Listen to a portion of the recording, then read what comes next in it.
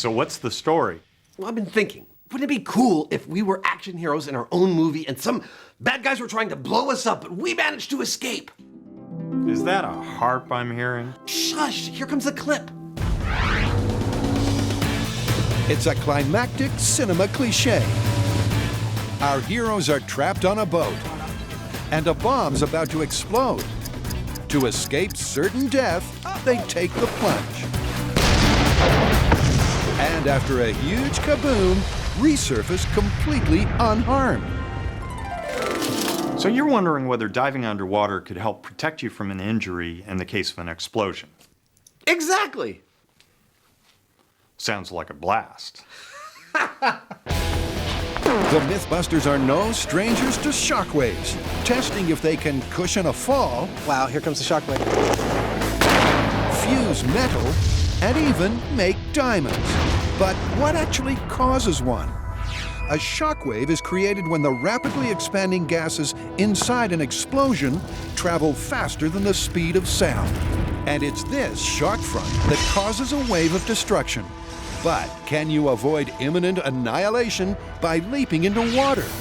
Well, to find out, the MythBusters are hunkering in the bunker for a proof of concept. So what's this tank all about? Well, Jamie and I wanted to build an experiment that allowed us to see the propagation of a shockwave in water versus air, i.e. in a high impedance fluid as opposed to a low impedance fluid. So, with a little bit of acrylic, a little number 16 acrylic glue, some caulk, and some 1032 button-headed and countersunk screws, I put together this bifurcated tank with the plan to fill this half with water and that half with dry ice fog, or air that we can visualize. We're gonna put a firecracker right up here in the center, explode it, and hopefully we'll be able to view that same shockwave in the two different media and see if there's a difference on the high-speed camera. And for that, Jamie's turned to string theory. These will hang in the water and move if a shockwave hits.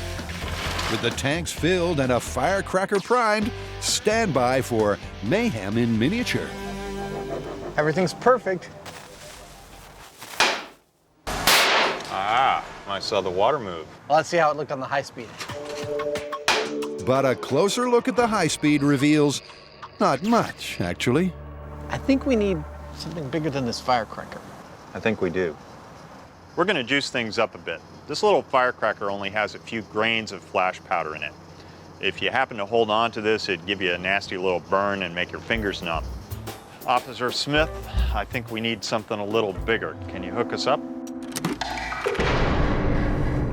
The M80. That ought to do it.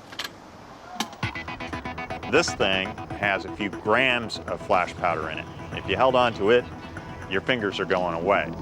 It's going to give us enough of a shockwave to do the job.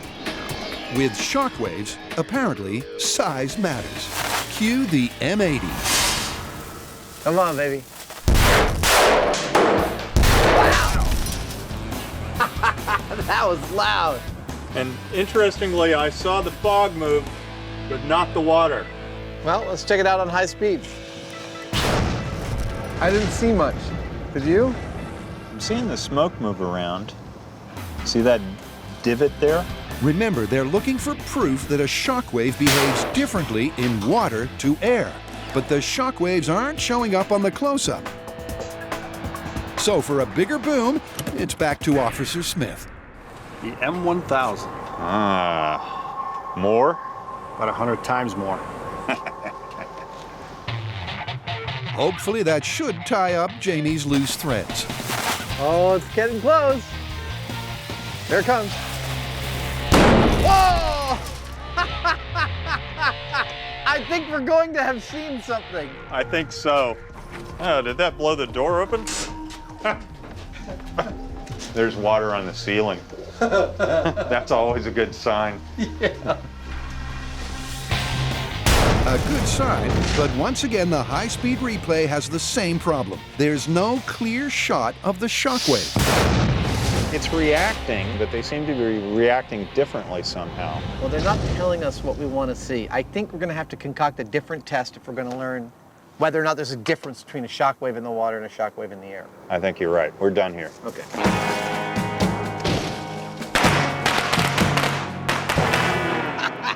Every day is the 4th of July. In this movie myth, our heroes take cover underwater to escape injury from a bomb. But could taking a dive save your life? After 3 inconclusive small-scale booms, We haven't really seen Bupkis. it's time to up the ante at the MythBusters Home Away from Home. Good day to blow some crap up, huh? You bet. Blow crap up they will, but this time, instead of trying to visualize the shockwave, they'll measure it.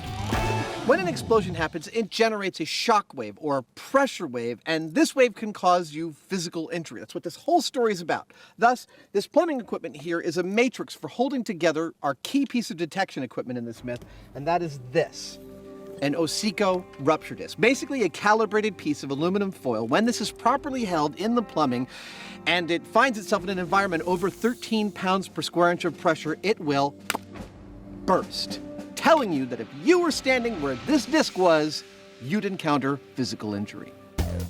And our regular explosives expert, JD, has the C4 to test them. That may blow up, but JD, it's not very pretty. Gotta make a. Make it more like the cartoons. Yeah. I have no doubt in my mind you're going to get that Roadrunner this time. Then it's over to Adam to explain exactly how this all fits together. We're going to ignite this calibrated block of C4 and it will generate a pressure wave, quite a dangerous pressure wave, that will burst some, but not all of the burst discs in this line. Let's say it bursts all of them up to here and none after that.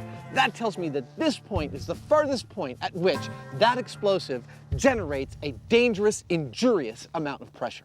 And once they have that dangerous distance, they'll use it in a large-scale repeat of their air versus water test. Are you ready? All right, JD, go ahead and light it. This is calculating injurious distance of C4. We're gonna feel this one. Yeah, I think so.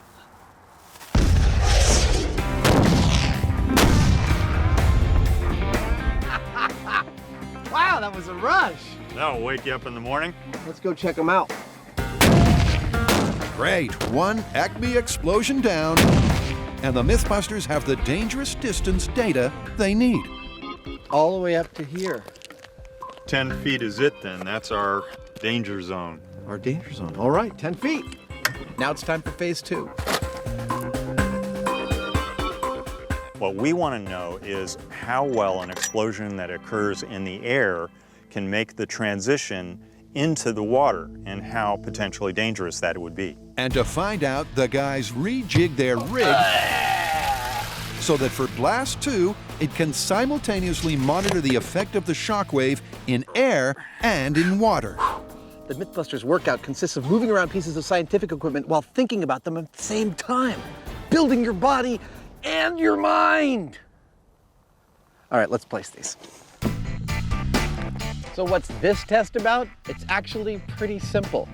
1 burst disc in air, 1 burst disc in water. If there's any truth to this myth, what we should see when we set off that explosive is that this burst disc will blow and this one will not.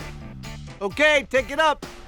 Well, it's time to put that theory to the test with the same amount of C4 10 feet away from the 2 pressure discs. Go for it, JD, light it up. There it goes. I don't know about you, but I'm predicting that there will be a difference. I think so. I'm just thinking about the shockwave. This is invigorating.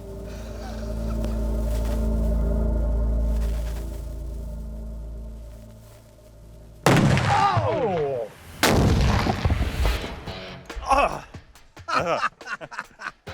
Good morning. Yep, that should do it. Now to find out how the burst discs compare.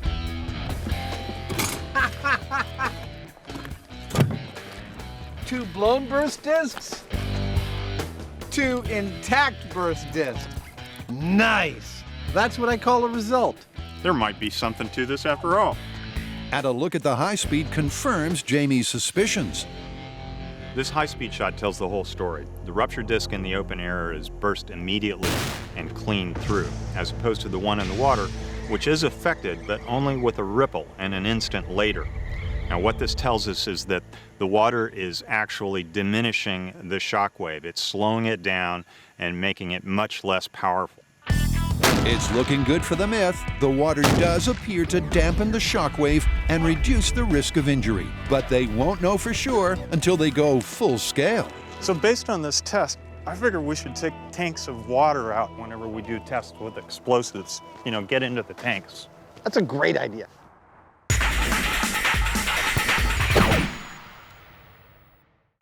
With a bomb about to blow and no escape but down, would taking the plunge protect you from the blast? Adam and Jamie are putting that to the test. Good morning. We've just seen that there does appear to be an advantage to being submerged when a bomb goes off. The ruptured disc that was under the water was intact. The one that was in the air was ruptured. Obviously, we used a small tank, though, and the scale of the tank and the nature of the tank could have affected our results, so they're not definitive. What we need to do now is go full scale in an open body of water, and we're creating an aquatic rig that will give us the measurements we need both above and below water. This is a complicated rig with lots of parts, Lots of pieces to cut. some that float and some that don't. Yeah.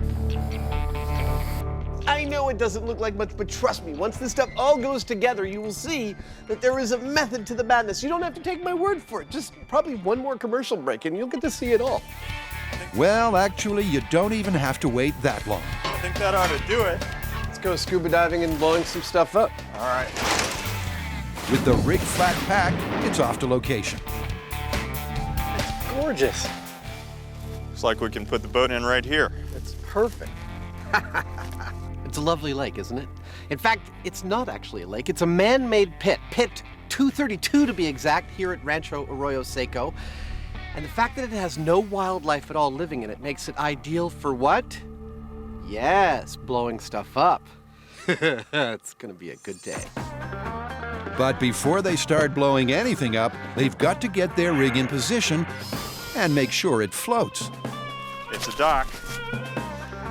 The other one will be just peachy. Jamie takes care of the floating structures, so Adam's on the production line. 24 burst discs. Woo!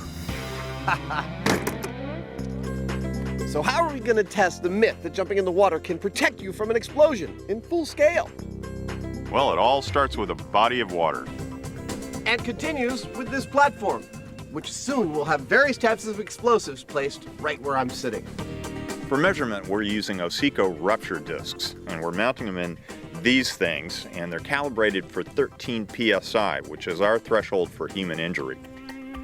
We'll be deploying our rupture disc masts at 5, 10, 20, and 50 feet away from the explosions.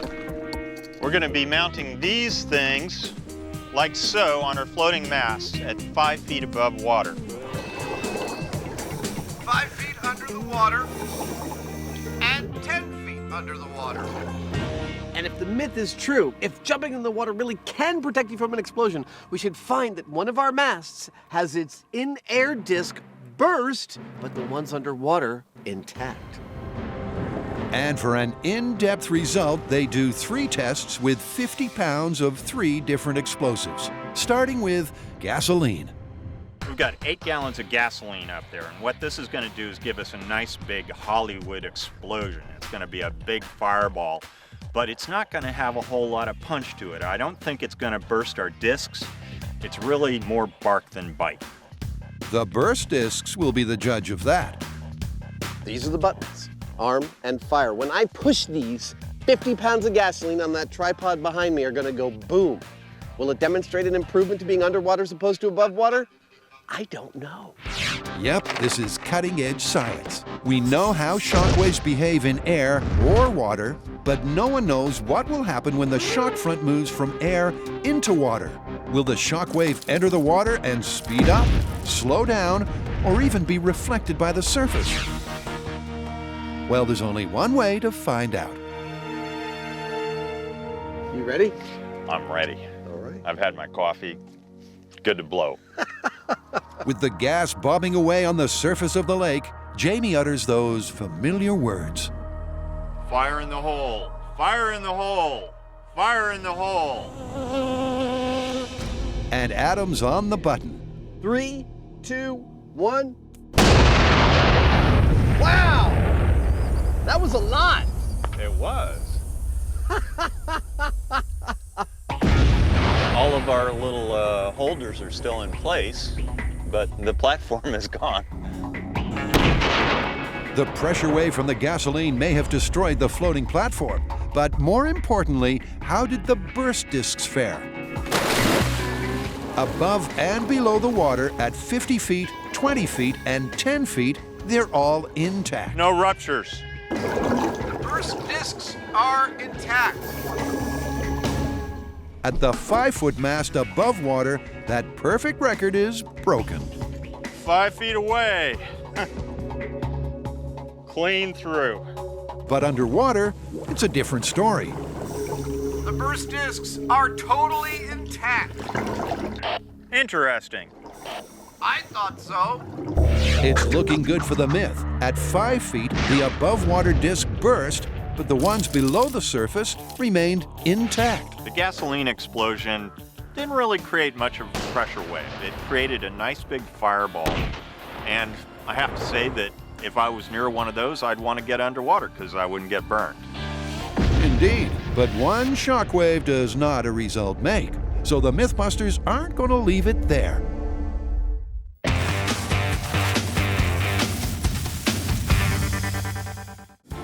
Jamie and Adam are having a blast.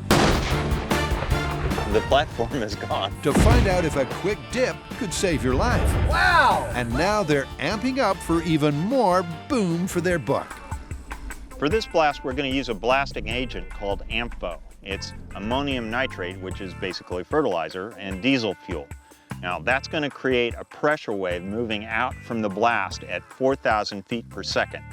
That pressure wave is what's going to burst our discs. That's the theory. And with a new set of burst discs in place, they're ready for a big ANFO bang. Everything's in. It looks great. But how will it compare to gasoline? My sense is that the water is so much denser than the air that the explosion wants to follow the path of least resistance. So that's the air. I think it's just going to bounce off the water. It's definitely going to burst the 5 and the 10-foot burst discs in air. I don't think it's going to burst those in water. I think this is going to demonstrate a clear difference in the shockwave propagation in air as opposed to water. Well, all is about to be revealed as Jamie takes the controls. We're good to go? You're good to go. You are in control. All right then. And remember, don't try this kind of boom in your own lagoon. Fire in the hole! Fire in the hole! Fire in the hole! Take it away. 50 pounds of ANFO in 3, 2, 1. Bye-bye.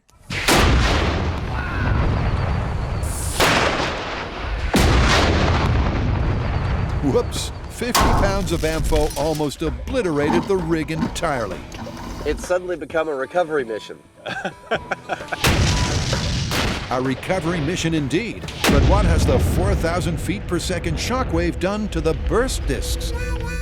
Okay. Oh, It's burst? it's clean through. Really? Yeah. Well, God, I wonder what it's going to look like underneath. Yeah, that's the big question. So at 50 feet above water, the furthest distance from the explosion, the discs are burst. But underwater, Both burst discs are burst. Wow. 50 pounds of ANFO burst every single pressure disc. But that huge blast is making it difficult for the guys to call this one just yet. ANFO's reputation is that of a pushy explosive, and like the pushy kid on the schoolyard, it has decimated 2 out of our 4 masts. Is this a result? Not really the definitive result we're looking for. I'm hoping for more from Dynamite. That's right, the MythBusters have one more explosive for bomb disposal. This time around, we're using 50 pounds of dynamite. That's 25 of these things. Now, dynamite is a high explosive that creates a pressure wave that moves at 9,000 feet per second in air. It's faster than the ANFO was, but it's got less push. In the industry, that's known as brisance. The final explosive is cautiously towed into position, ready for a detonation. Look at it go, our little tetrahedron of death. Yep, it's all down to that little tetrahedron. The gas explosion showed you'd be better off underwater, whereas the ANFO detonation was total devastation above or below the surface. So now it's all down to the Dynamite decider. Fire in the hole! Fire in the hole! Fire in the hole! All right, I'm gonna do it. 50 pounds of dynamite. And 3, 2, 1.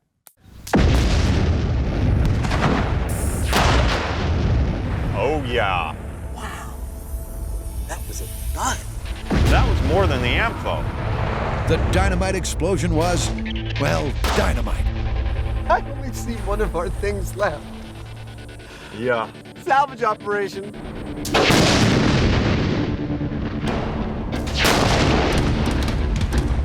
The rig has clearly been decimated by the dynamite. But will the underwater burst discs have suffered the same fate? It's a hilarious horror show down here. The 5, the 10, and the 20-foot marker are all huddled together. They are still attached to the rope, but every single burst disc on all 3 of them is completely blown. Over. Well, I'll be darned. Underwater at 5, 10, and 20 feet, the discs are broken, a pattern mirrored above water. But how about the 50-footer? Well, that's clean through. Above water, it's burst. However, You're gonna love this, Jamie. The 50-foot mast, 10 foot down, the burst disc is intact. Well, that says something really strong about the myth. That's great. What about the 5-footer? The 5-footer is also intact. Repeat, the 5-footer is also intact. What happened at this 50-foot marker is really interesting because we have a blown disc above water, but we have intact discs below water. so that's a bombshell result. Just like the gasoline explosion, when it comes to a dynamite bomb, diving underwater would make a difference. Explosives are funny creatures. The ANFO broke our rope and decimated 2 out of our 4 masts. The dynamite did not break our rope, but decimated 3 out of the 4. However, it burst all of the in-air burst discs, but not the 2 underwater burst discs on the 50. That is the kind of result that I was hoping for. That tells me that there really might be something for the myth. Am I going to use one of the 3 magic words? No, not until I'm with Jamie at the very end. So where do we stand? Well, in a situation like this, it's plausible that the water would protect you from an explosion. Plausible it is. Let's get out of here. Okay.